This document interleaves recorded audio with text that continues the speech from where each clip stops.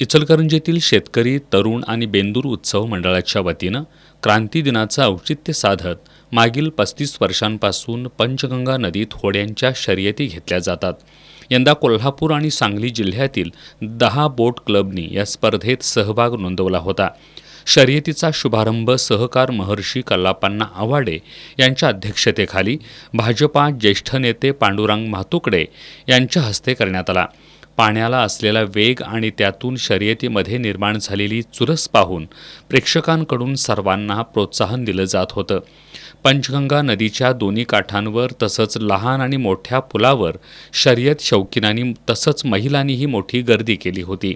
स्पर्धेत सांगलवाडीच्या तरुण मराठा बोट क्लबनं प्रथम क्रमांक पटकावला.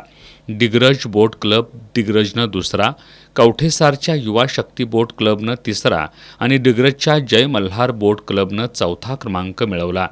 प्रथम क्रमांकासाठी देण्यात येणारी चांदीची फिरती गदा मध्यवर्ती सहकारी हातमाग विणकर संघाचे चेअरमन प्रकाश दत्तवाडे यांच्यातर्फे देण्यात आली आहे.